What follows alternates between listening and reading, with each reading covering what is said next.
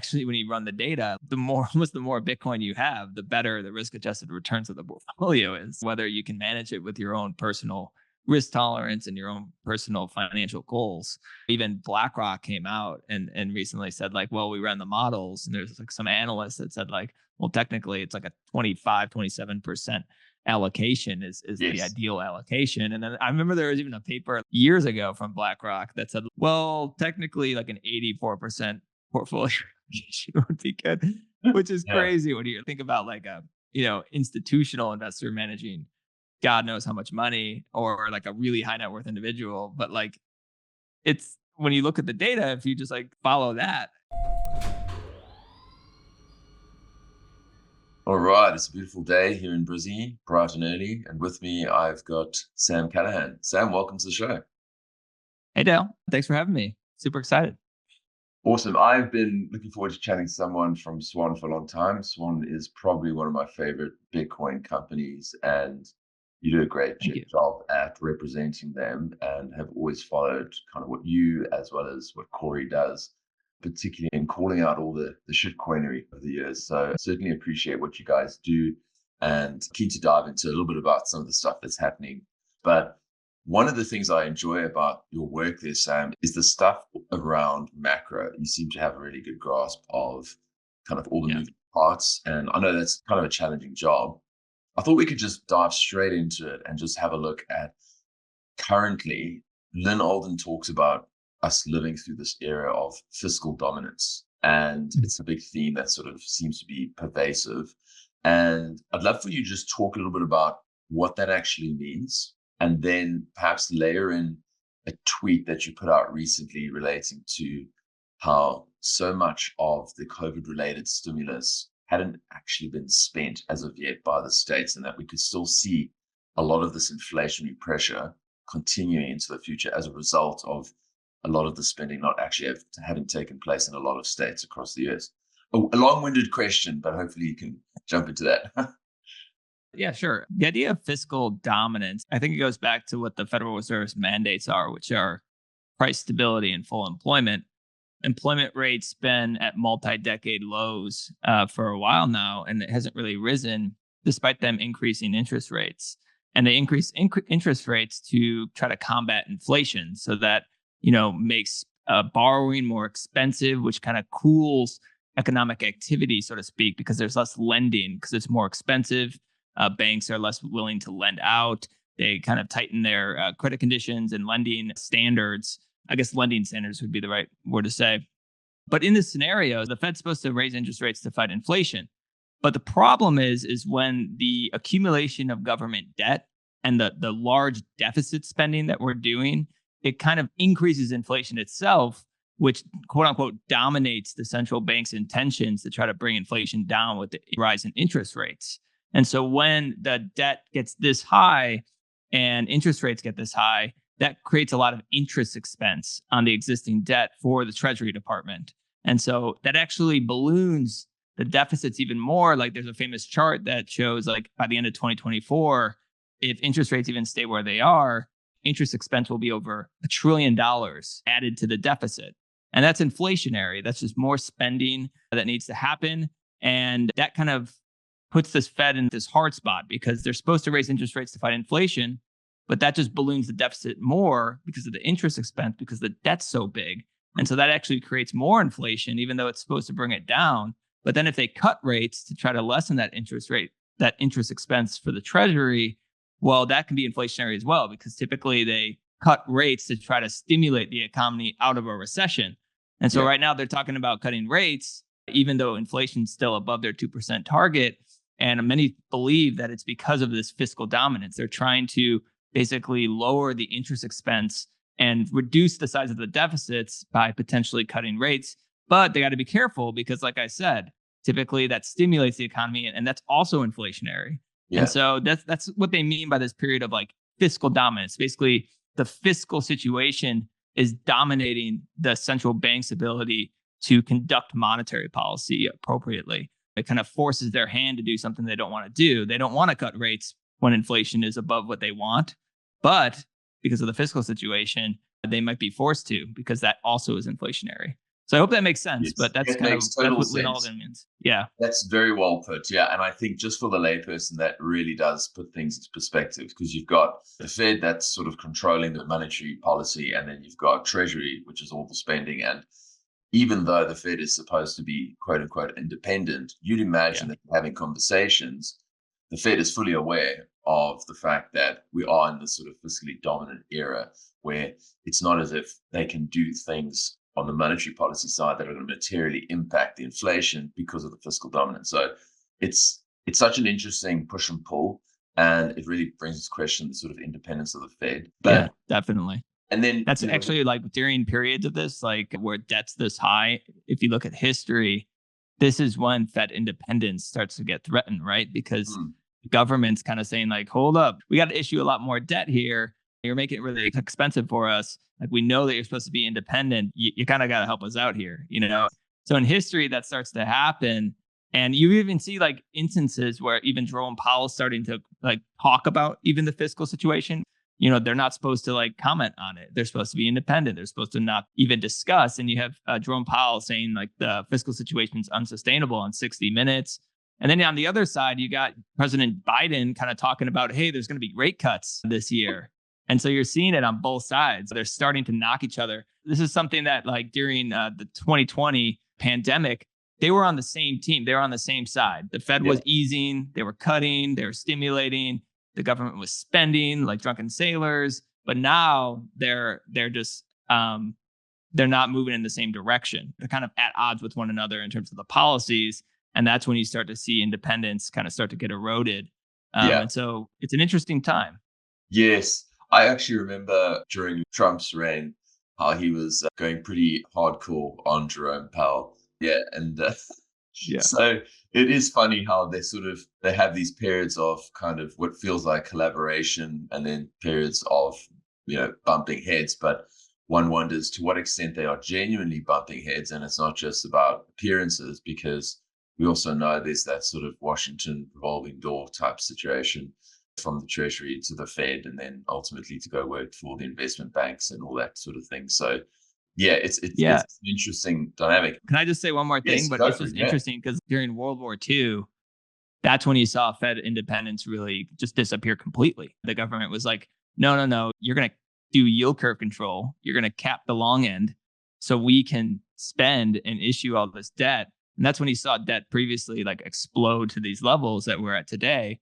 It's just really important to look at history in terms of Fed independence, when the government kind of takes the reins, especially if there's any national security issue or geopolitical issue that needs to take precedent over the Fed's mandates. That ultimately, if you're thinking about like the hierarchy of needs, if you're thinking about the Treasury, the Fed and Treasury, you know, that's kind of the yes, tippy top that can care about price stability all they want. But, you know, if the government has to spend for a war or something like that, suddenly the government's like, no, no, no, you're not as independent as you lead people to believe. You're going to do this. And then after World War II ended, you saw Fed independence come back. There was like I forgot in the 50s, there was some kind of accord that happened where the Fed's like, no, we need to be independent. And that kind of led to this period of them being actually independent where they're not getting told what to do anymore. But then during the Vietnam era, you start to see that eroded again as they want to spend and spend and spend for that war. So you have these like fluctuations throughout history. And yes, now we're in this period again where the government's knocking on the door, calling up central bankers behind the door. We don't know this is actually happening. You have to think that the fiscal situation is on the minds of these central bankers and an interest rate level is on the mind of the treasury officials. So, yes. And looking back in history, as you say, I mean, it's often a really interesting way to sort of put things in perspective. But World War II, it's all about national security. You could say Vietnam. It still ultimately was. I mean, it was. I don't know. It was a proxy war with the Russians, as far as I understand. And then you try to understand today's situation, where I think they've just approved. How big is the package that they just approved a few days ago? Maybe even as little as a for week. Ukraine, Yeah. Like, I think it was 95 if I'm billion. remembering correctly, it was like 75 billion, but actually, it could be more. Don't quote me Yeah. on that. But Somewhere it's, between say 70 and 90 billion. And And the interesting thing is, I listened to Tucker Carlson on Joe Rogan the other day, and he was like, apparently the vast majority of the American public are just not in support of spending all this money, yet Congress, who's supposed to actually represent them, are the ones who are passing these bills to go ahead and just spend huge amounts of money on a war that doesn't appear winnable. Meanwhile, you've got all sorts of domestic issues. It just strikes me as kind of strange looking at it from it as an outsider, where everyone's clapping and waving the Ukrainian flag at passing a bill that ultimately the taxpayer has to foot the bill for, that they don't even want. It's a strange situation. I mean, what's your perception? And does it feel like Congress is out of touch with ordinary people and what they want? Oh, absolutely. I think our elected officials forgot that they serve the constituents that elect them. It just seems like we're in this golden age of corruption where each elected official just kind of wants to kick the can down the road. They want to keep spending, get theirs, and then get out. And if you look at the average age of our congressmen, they're all older individuals. They don't think long term. I don't think they really care. They're like, well, future generations will deal with this debt problem. We'll get ours. We'll spend what we want right now to get reelected, basically. And it's a problem. And it doesn't really matter if you're red or blue. Everyone's spending. Like, the conversation's not like whether or not we should spend at all. It's what they want to spend on. That's where the difference in opinion from the parties comes from, which is a problem, because nobody's saying like, wait, should we be spending? It's really just arguments about, we want to spend on this, we want to spend on this. And you're right. I mean, it's not surprising that the trust in institutions in the United States is at an all-time low. And, the people feel like they're not being served or not being listened to, and they're suffering. I mean, I just saw a survey, it doesn't matter the political party or the ethnicity, across all demographics. It's basically from 19 to 29-year-olds. The number one problem they're facing is inflation. Number one across the board. Doesn't matter their socioeconomic status, their race, or their political affiliation. They're all suffering from inflation. And as I just mentioned, the fiscal side of the situation is what's really driving the inflation that we're seeing right now. I mean, the Fed is raising interest rates at one of the fastest paces in history. And why do we still have inflation that is lingering here? Well, there's lots of reasons, but one of the main ones is the fiscal side of things, which continues to spend basically like they're in a war or like they're in a recession. We're running recessionary deficits at a time when the economy is running above nominal GDP. It's running hot still, and at a time when an unemployment rate is at multi-decade lows. And so got to ask yourself what's going on here, because the inflation is really starting to hurt the middle and lower class in the United States. And that causes all kinds of societal issues. And so it's really confusing when you see them continue to spend, and there's no debate even about like, hey, we got to rein this in. Like, we got to think about our domestic issues and the people that elect us. Because look at these surveys. They're suffering from the rising cost of living, and we're just contributing to that problem. Yeah. But they won't recognize that. And the problem's even worse than they would admit, in the sense that the CPI doesn't actually capture the real cost of living. Yeah, absolutely. And given the fact that we're sitting also with, as you described, there's a lot of people, particularly young people, folks in sort of middle and lower class, who feel somewhat disenchanted and kind of unhappy with the situation as it is. Do you think that we are possibly looking at this sort of fourth turning type situation where, things tend to get worse before they get better? When you think about, as a student of history and macroeconomic cycles, do you think that we are at the end of this long-term debt cycle, and that we're seeing these things unfolding as fourth turning thesis sort of outlined? Yeah, I mean, I think there's some credibility to that thesis. It's certainly some of the things that they argue make up a fourth turning. That's what I feel like we're going through, which is the loss of trust in institutions, just rising geopolitical uncertainty. There's usually a large event like a war. We already went through a global pandemic in the last couple of years. During these times of a ton of polarization, and you have this huge wealth divide, that's the recipe for some kind of large societal change, like some kind of revolution, some kind of thing like that, where you actually see a big reset of what occurs. And it does seem like we're in something like that, right? And I think Bitcoin People think Bitcoin is a way to potentially build a different system that's a little bit more fair, that's new, that's Mhm. hopeful, that's optimistic to come out of that fourth turning and build off of. And so I think Bitcoin's wrapped in that as like a function of the environment it's in, which is failing a lot of people. Like the current system is really failing a lot of people because I would argue the current system's been basically hijacked. We live in this time of corruption and crony capitalism. And eventually people are going to say like enough is enough.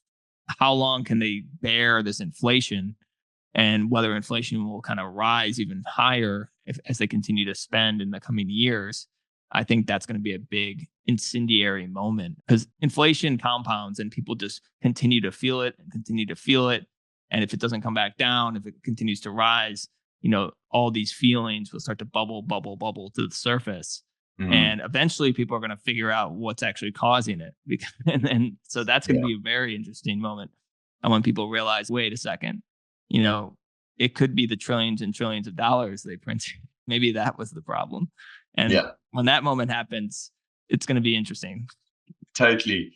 I don't know if you saw that TikTok video I saw it a couple of days ago of a young girl sitting in a car and going like, everything's so expensive. Why can't they just print money? Is Mhm. there any way that you can get in the ear of the government and say, hey guys, here's an idea. We just print money. And quite a few people were like, yep, that's exactly what's actually happening. Some of the thing that I think about quite often here in Australia is like something like housing has been used as a proxy for savings. And during COVID, we've seen generally property prices across the board up 40% plus over the last 4 years. So it's just that much more difficult to buy a home. Plus, we've seen rates go from say 2 to 5.5% to 6%. So we're sitting in this era where it's actually now, if you were just a diligent saver and you're just trying to get your deposit together, the home is now 44% more expensive. The debt's sort of at least double the price, as it were. And for a lot of people, it just feels more and more out of reach. And so, one of the chaps I engage with quite frequently online was like, he doesn't know any other way other than Bitcoin for saving for Mhm. home. And I actually tend to agree. And I feel like by the time these people actually figure it out, it'll be even that much further away.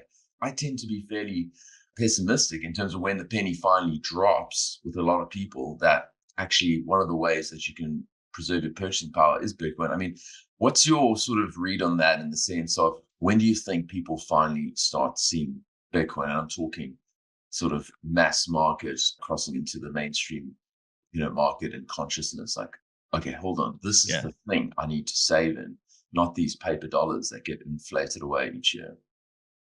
Yeah. Personally, I think it's something that just kind of evolves over time. Inflation or currency debasement, whatever currency debasement is probably the more accurate term, Yeah. when their money loses value, it kind of forces them eventually to kind of think about things. Like if they want to survive, they want to provide for their family, people will start to learn about other ways to protect their purchasing power, especially if the rate of currency debasement is increasing exponentially.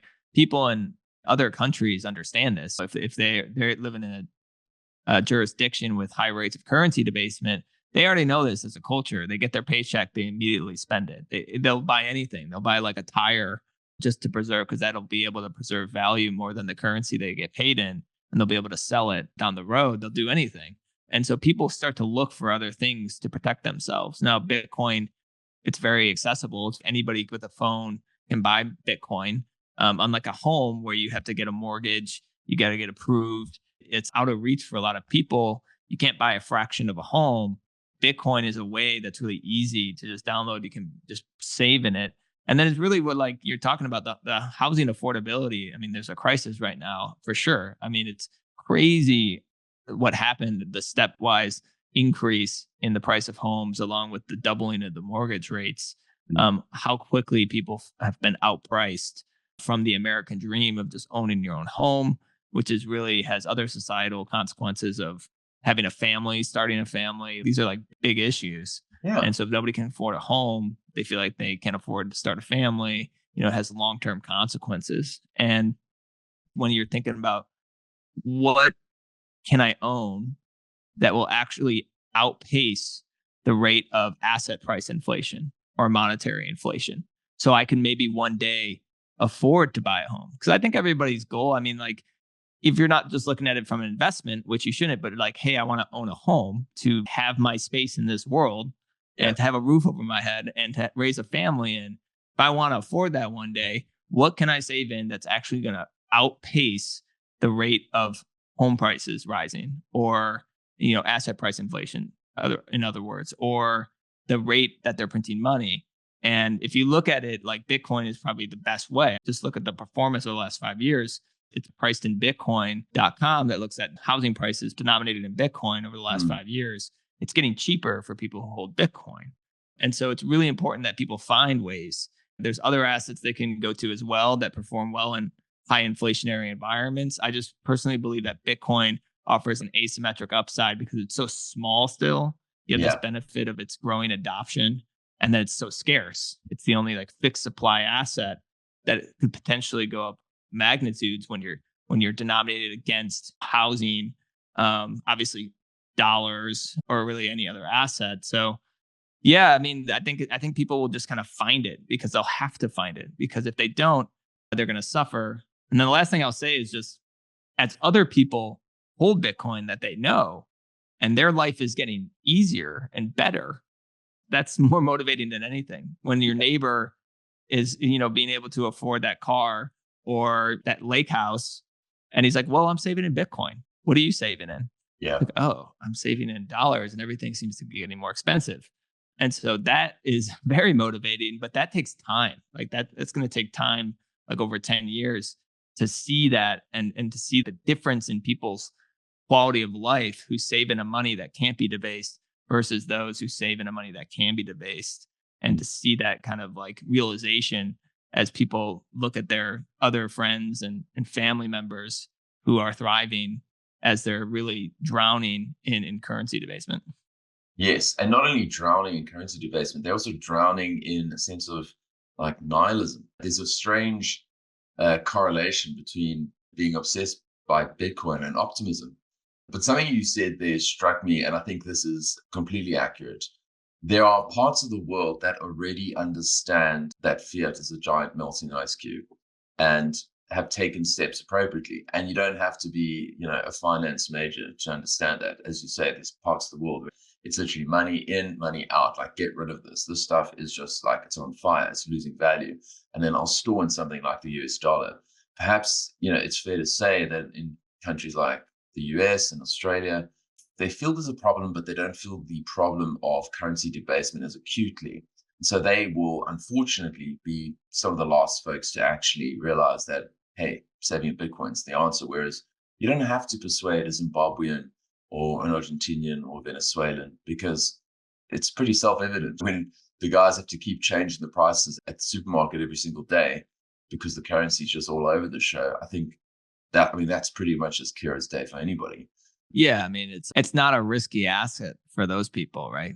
No. Yeah, Bitcoin can be volatile, but it for the people that are suffering from triple digit inflation, annual inflation rates, it's a risk off asset for them, right? With increased capital controls. And it just reminded me of this like IMF study that recently came out on Bitcoin, where they kind of they found that in the data, basically, in jurisdictions that have more instability, or macroeconomic imbalances, as they say, Mm. there's higher rates of Bitcoin flows, both off chain and on chain, indicating that people turn to Bitcoin as almost like a safe haven asset in those regions. So, I mean, it's exactly right. I mean, you don't have to explain it to those people because they understand. They're like, "Oh, it's scarce. Oh, they can't print it. Oh, yeah, that makes sense." Whereas, like, an American, we haven't experienced really any rate of inflation since the 1970s.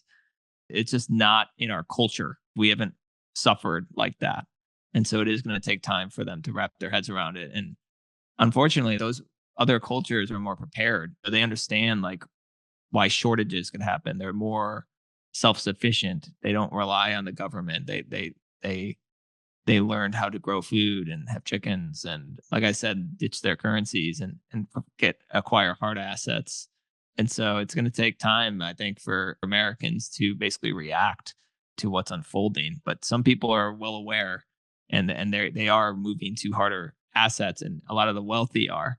you just see a lot of these people acquiring hard assets, real estate. They're preparing. They know what's coming, and I think that's why Bitcoiners are so adamant to kind of educate people on it, so that they too can protect themselves. Even if it's not with Bitcoin, it could be other assets, but you got to ditch cash and you got to ditch probably bonds in a highly inflationary, secular inflationary decade. It's just, you're going to lose in real terms. 100%. And you have to get that time in the market. We actually were having some drinks with friends last night, and one of the girls was saying she's sitting on some cash that she's been stashing away for the last 3 years. And her accountant has said, no, keep it in an offset account, which is effectively an account that sits alongside your mortgage. And the more cash you have in that mortgage, in that offset account, you'd only pay the difference between your offset and the actual amount that you borrowed. And so you're going, well, think of the money you're saving on your interest payments. And I was like, Bitcoin, just think about getting something. Because to be honest with you, like, yes, that's fine. I mean, it's nice that you're saying, that you can save a little bit of interest, but you've got to go and actually speculate. I mean, that's effectively what we do. We can't just save our money. We have to speculate. And so you decide how far on the risk curve you want to go, but sitting in cash is just a terrible idea. So get in, come on, stop mucking around, which actually reminds me of something I wanted to ask you, actually, Sam. You mentioned sort of high net worths, and those type of folks they can see the situation, they can see the persistent inflation, they want to preserve their purchasing power, and at least a portion of their investments are going to these scarce, unprintable assets like farmland or whatever the case may be. Yeah. Tell us a little bit about the conversations you guys are having or that you're hearing within Swan. Obviously, post ETF now, I'd love to get sort of, what it's like on the inside, the conversations you guys have had, particularly now. You've also got the institutional side of things. I'd love to just get a kind of sense of, what are the conversations internally, particularly now that we've seen these ETFs come to market.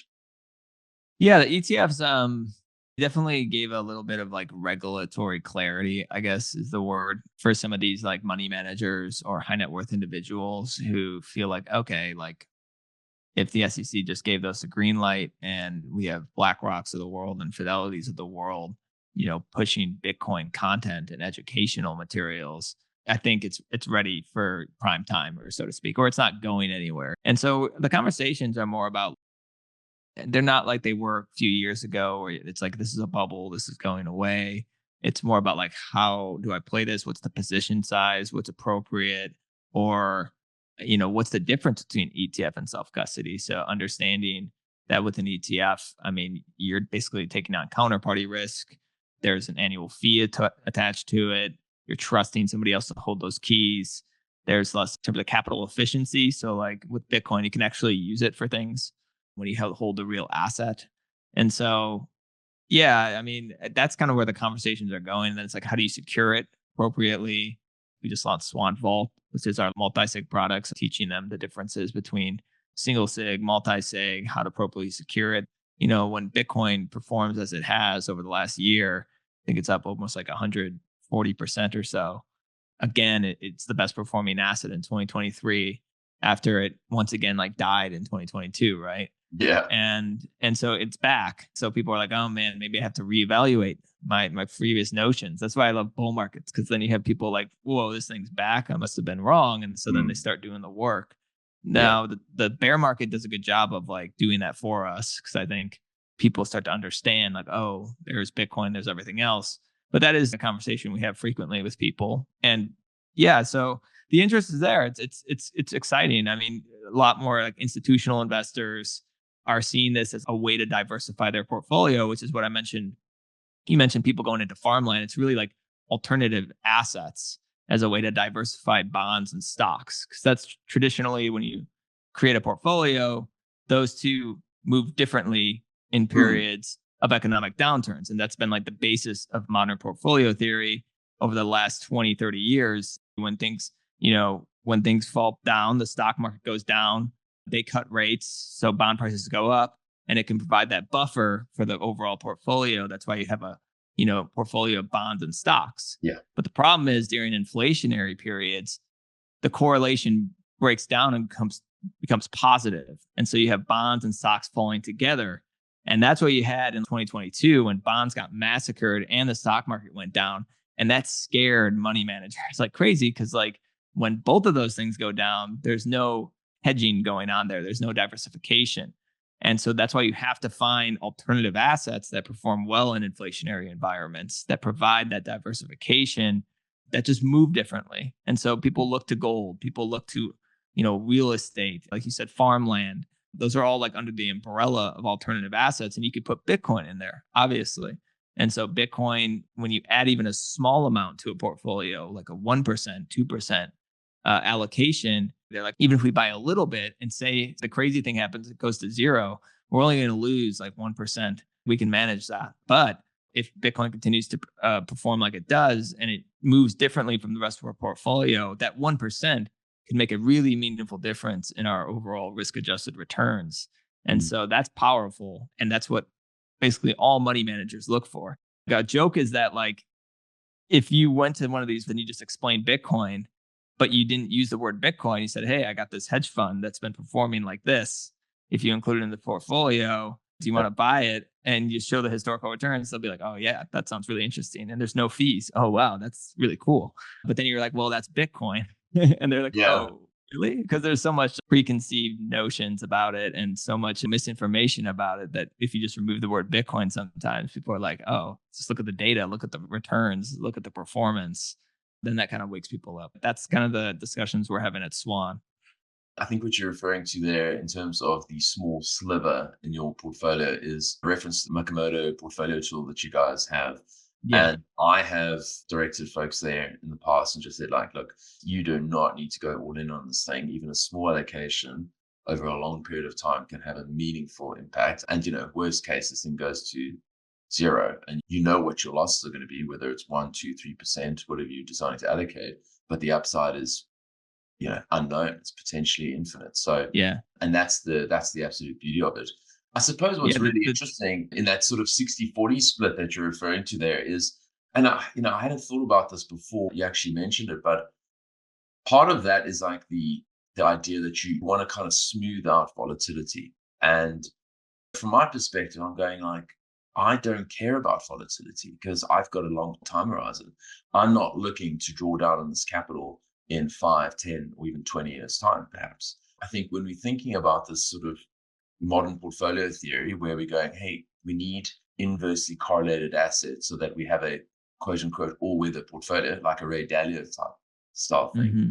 Do you think that's like, it becomes somewhat obsolete, in the minds of Bitcoiners because we're kind of like, yeah, well, I don't care if it's going up or down or sideways, but over the long run, it's pretty clear where it's going. So it seems like the game should be to increase your units of fiat currency by investing, not to have the smoothest ride on the way up. I don't particularly care about that. What do you think about that sort of idea? Yeah, I mean, I think it just goes down to like risk tolerance and risk reward because that only works if you hold through the volatility, right? And some people get shaken out, and that takes conviction. If somebody's like all in at 100%, and maybe they didn't do the homework, so they don't know exactly what they own, and they see their net worth on paper go down 70%. The risk is that they sell the bottom, and then they miss out on all the gains, right? But if somebody did a proper position size, and it's less, it's like 20%, but they were able to hold through all that volatility because it was a proper position for their risk tolerance, then they're going to benefit because, like what you said, it's all about time in the market. And you can't be on the sideline when Bitcoin does those rips upwards, or else you'll drastically underperform. You can't be on the sidelines because you never know when those days are going to happen. And so it's always like, yes, I agree with what you're saying. And even if, I say 1, 2, 5%, but actually when you run the data, the more Bitcoin you have, the better the risk adjusted returns of the portfolio is, whether you can manage it with your own personal risk tolerance and your own personal financial goals. Even BlackRock came out and recently said like, well, we ran the models, and there's like some analysts that said like, well, technically it's like a 25, 27% allocation is the ideal allocation. And then I remember there was even a paper years ago from BlackRock that said, well, technically like an 84% portfolio allocation would be good, which is crazy when you think about like a, institutional investor managing God knows how much money, or like a really high net worth individual. But like, it's when you look at the data, if you just like follow that, Yeah, I mean, it's not as crazy. But then, if you're a Bitcoiner, you understand what you own. And once you really understand it, there's that chart of like the more you understand Bitcoin, the higher percentage of your net worth you hold in it because you learn that you're like nothing else has this kind of asymmetric opportunity.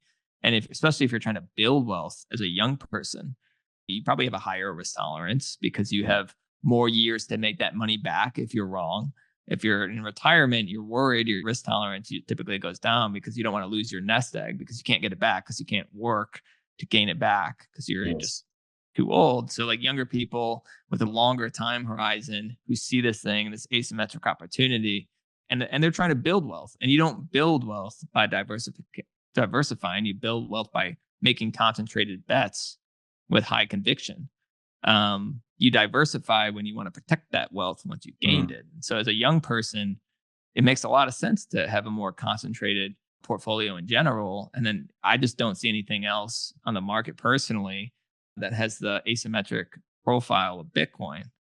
And like none of this is financial advice. This is just like I'm just looking at myself and just it's hard for me to see another opportunity like Bitcoin given its, recent performance, but also just how small it is. There's companies that are bigger than Bitcoin right now, and the total addressable market that Bitcoin can eat as like a money itself, as a store of value, it's enormous. And so the potential there to be multiple hires, I think is extremely attractive if you're a young person with a very, very long time horizon. So you'll benefit from Bitcoin's price appreciation as its adoption increases. So Yeah. yeah, 100% agree there. And I think the key there is ultimately your position size should reflect your conviction, which should be a reflection of the work you've done.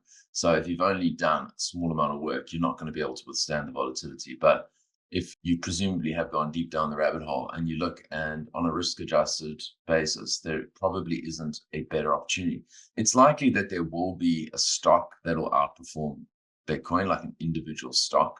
But how many of us are going to have that ability to be able to pick that individual stock and the risk that is associated with that? Whereas Bitcoin, as the sort of sole digital money, there's no second best. It's already established that kind of competitive moats like a Google would in the world of search engine and all that sort of thing. So you think that today it is far less risky than it was 4 years ago when I first oh started yeah, involved. And, funnily enough, like it not just on a risk adjusted basis, when you look at the fact now there's this regulatory clarity, as you say, it is just so compelling. And yeah, I think for most of us, we're already kind of pretty heavily exposed, but I just wonder when the average person just starts allocating meaningfully because at these current prices, we're still going to see a lot of upside because the total addressable market is huge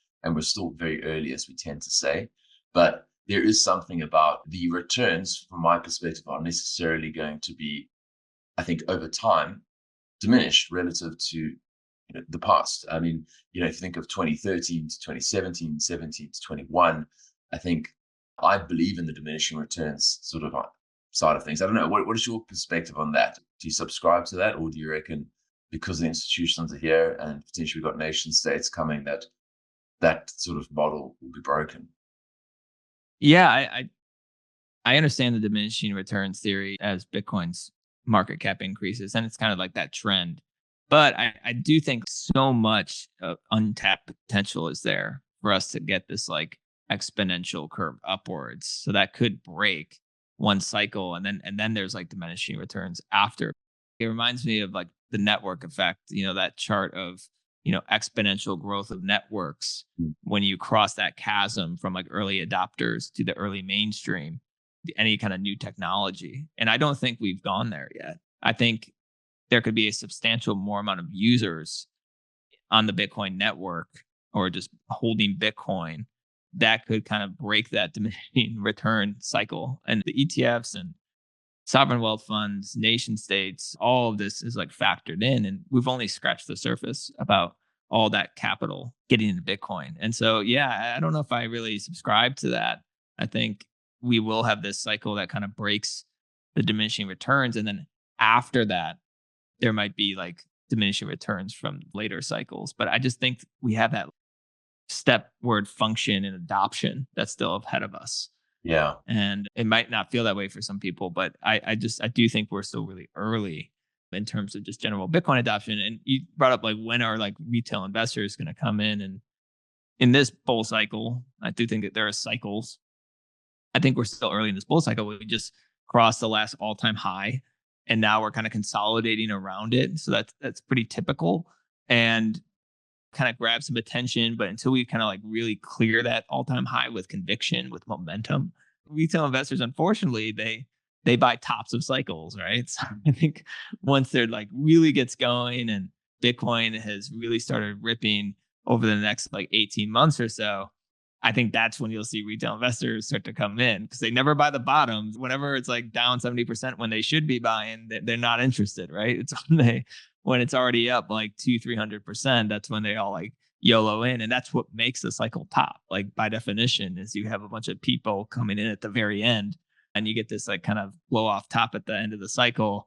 And then since they don't know what they're buying, they're just kind of FOMOing in because everyone else is getting wealthy that they see buying it. Then when it crashes back down a little bit, they all sell because they don't hold it. So that's like how I think about these like cycle tops. And so, but I don't think we've seen that. Like, I think we're still early in this bull market cycle, which means I think there is like room to go here. And I think the ETFs are a part of it. I think, we will start to see more institutional adoption. I think we've barely seen like RIAs or asset managers really make meaningful moves into this space yet. But the education is coming full force, and now it's the most credible, largest institutions in the world educating them on it, and that's big. I mean, you can be critical of these institutions, but in that world of big money, of Wall Street money, name recognition matters and credibility matters. Unfortunately, So when they see the BlackRock logo recommending some of these things, that's all it really takes for them. So be patient. There will be big drawdowns in bull markets. Like there's that chart of like 20% drawdowns, like 6 or 7 times in the last cycle. So just totally normal price behavior, but be patient, think long term, think multiple cycles when you hold Bitcoin, and just know what you own. Yeah, exactly. Know what you own and why you own it. We're sort of consolidating at these levels of retail hasn't arrived. Actually seems to be reflected in some of the on-chain data. And yeah, unfortunately, retail folks tend to only buy the tops, and those are the signals. I remember I said this on a past episode. My brother-in-law's granny wanted to buy Bitcoin, and that was, I think, sort of around March 21. So I'm gonna use that as my sort of measure of when we reach the top, because those are useful. Yeah, yeah, when you get those totally. text messages. I got one friend too. Yeah, I got one friend who did that. Yeah, he's like, man, I should have bought at 17. Do you think think it's too late? Oh, and I'm like, that turned out to be like 74K. Here we go. It just is the way it is, and then that sort of brand recognition, I think you say there, is really critical. I mean, I saw something out there that and this was yesterday, where IBIT, BlackRock's ETF, has sort of crossed into the top 10 ETFs of all time in terms of consecutive days of inflows. So I think we've got over 70 days of consecutive inflows. And that really matters. And even to somebody who's sort of a kind of Bitcoin denier, as it were, or naysayer, I think that's just kind of undeniable evidence. And to your point, we haven't even begun tapping the sort of RIA market yet. $30 trillion in managed money sitting there. So there's so much upside. I'm known as the resident bear in Bitcoin circles here because, I don't know, I felt particularly stung by the last cycle. Maybe it's because I'm relatively green. I haven't gone through multiple, but I've just sort of decided that I'm pretty comfortable with 20-30% compounded growth over the next decade. But my hope is, of course, for much more than that. Sam, I wanted to sort of ask a couple other sort of quick questions in rounding out today. Your most controversial view in Bitcoin, what is that? I always like to sort of see, because I think one of the things we're guilty of sometimes is this groupthink. And I just find myself sometimes, when we're all being herded into having the quote unquote correct opinion, I tend to kind of just reflexively reject that, perhaps because I'm just disagreeable by nature. My personal view is like with the node, I don't think I don't think it's that necessary to run a node. I kind of said that now. And some people don't like it, but yeah, that's my controversial view. What is your controversial view that you perhaps have in the space? I'll give you two. One is one is that I think like by holding Bitcoin as a store of value, you are using Bitcoin. I think that's the killer use case. Its ability to store value over the long term. And that is a big, big solution to a big, big problem right now, which is fiat currency debasement. Like nobody can save.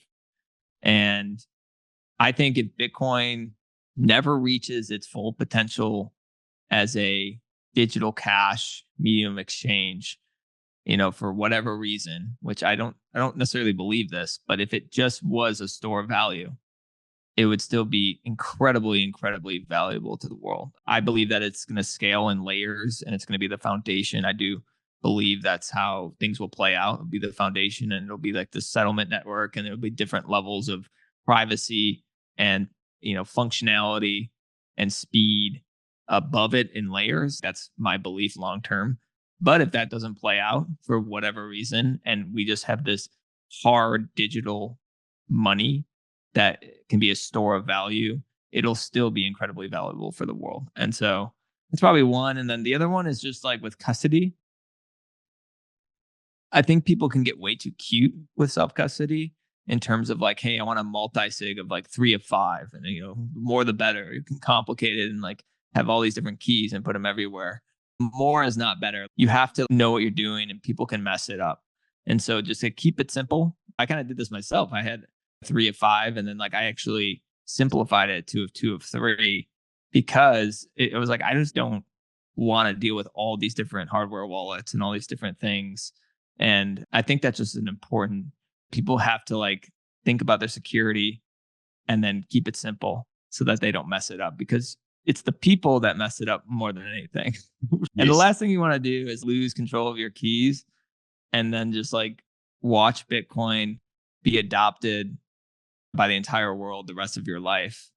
Like that should be your number one goal. Don't lose my Bitcoin so that I don't have to watch it dominate all the rest of my life and watch the price continue to go up and think, man, I should have just kept it simple. Maybe that's not controversial, but I don't know. Just security is so important, and just keep it simple to your own, whatever works for you, just so that you're holding onto your keys and you don't lose them. That's number one.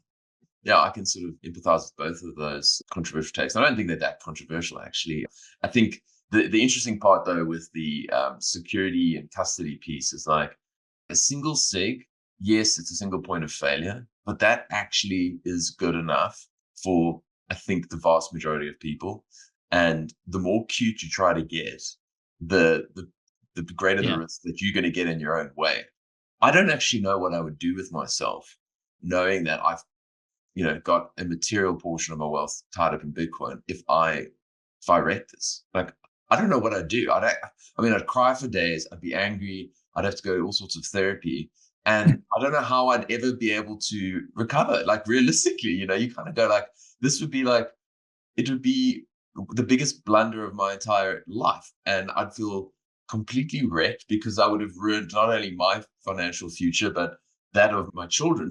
No, I've got to do this. I'm going to be smart. But I think, yeah, to your point, like I've also gone through that journey. You go down the rabbit hole and then you're like, well, how do they generate those 12 words? Okay, I've got to roll my own. Okay, cool. How do I trust cold cards entropy? No, I've got to go and like physically pick all the Roll some words. dice. Yeah. Yeah, to roll some dice. And, like I've just gone further and further. I'm like, yeah, it's cool to learn about that. But at the Yeah, same totally. time, like it's for the vast majority of people, like what does Greg Foss say? Like, you're too smart by half. Like, don't try to be too cute, yeah. Yeah, I've heard so many people just like forget things, forget where they put it because they just got too cute. And Yeah. then I just remember this guy. It was like some post. This had to be like in 2017, but like I felt so bad for him because he had lost like thousands of Bitcoin early on, and then he rebuilt his stack in like 2015, 2016 to like hundreds of Bitcoin or like 100 Bitcoin or something like that. And then 2027 happened and it got up to like 20,000. And he had it on some kind of hardware wallet, and he had it in a drawer. And then his girlfriend mistook it for like a car key and an old car key and threw it out. And he lost again. He lost his stack, and he basically wrote this post being like, I don't even know what to say. Like I'm done. Like please just learn from my mistakes. And I was like, my main goal is just to not end up like that. I hope he's doing all right, because it's just like such a crushing. Those are the worst stories in Bitcoin, in my opinion. They're just crushing to hear about. That is heartbreaking. It's heartbreaking. That's a double whammy, and that's just, oh my God. Like, yeah, there was also, I remember I did some time in the crypto media world, and there was also the story of a guy, James Howells, I think his name is, where he had hundreds of thousands, maybe like, did he have 100,000, or I don't know. I mean, it was a large number on a hard drive. And he had two different hard drives. One had all the Bitcoin, one didn't. And he went and he chucked it, and it went into this dump. And he's been fighting with the dump to try and get access to. Oh yeah, that guy. He always comes up in bull markets, like the poor guy. Story, every bull market you hear about, and then like some of these critics use it. They're like, "See, this is why Bitcoin's risky. You can lose it in a dump." Totally. And I was like, "No, just keep it simple." He worked with some VC funds to use robotic dogs to sort rubbish so that they could try and find these parts, but it hasn't worked out well for him. So, all right, TLDR, keep it simple, stupid. Yeah. Awesome, Sam. This has been really great. And yeah, big fan of what you guys are doing at Swan. Also big fan of your work and your partner, Natalie. It's awesome. The power couple in Bitcoin. You guys are rocking it. Did you have any sort of parting words, or where you want to sort of send listeners or people who are watching? Thanks for having me, and appreciate what you're doing with the podcast. You can find some of my work on the Swan Signal blog. We just actually posted like our kind of a beginner mining report. If you're interested in learning more about Bitcoin mining from a more like high level perspective about the different players in the space, kind of the different narratives that are playing out or how they're innovating. It's a good report if you're just trying to learn about Bitcoin mining for the first time. And so we just released that, so you can check that out. And then I host Swan Signal, so you can check out that podcast on the Swan YouTube channel. And then I'm on Twitter, or X, at Sam Callahan, SamCallah. And I'm always posting my thoughts and analysis there. So give me a follow there. Yeah, appreciate it. Awesome, man. All right. Well, have a superb rest of your day, and hope to meet in person one day. You too. Thanks. Thanks, Nick. Cheers.